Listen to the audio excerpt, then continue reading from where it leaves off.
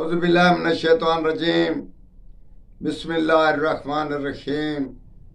Professor Saeed मराठ साहब आपकी खिदमत में हाजिर और बहुत ही एक अजीब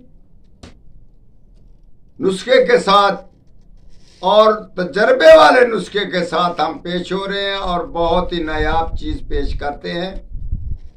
उसका दो चंद फायदे हम बताते हैं कि अगर इंसान को जादू टोने का खतरा है, कैसा भी इल्म है, उसका खतरा है कि मेरे ऊपर चल सकता है, मेरे ऊपर दुश्मनी चल सकती है। इल्म को छोड़ो, इसके अलावा अगर कारगर हथियार है जो जेन्युइन आपके सर के ऊपर रख ले और उसका फैर चला, इंशाअल्लाह ताला उसका फैर न लगेगा। हथियार कोई आपको चोट ना पहुंचा सकेगा। ये एक राज वाली चीज थी जो मैंने आपको आपकी खिदमत में पेश कर दी। इसका जरूर फायदा हासिल करें और ये बहुत ही फायदे से कम नहीं।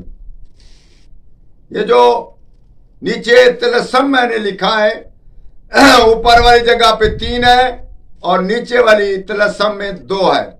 जो ऊपर और नीचे का काम करता है, तिलस्म को 1.25 किलो मिठाई बांटकर और 1.25 किलो मिठाई बांटकर अपने दाएं बाजू में बांधें या किसी जगह पे ऐसी महफूज जगह पे रखें।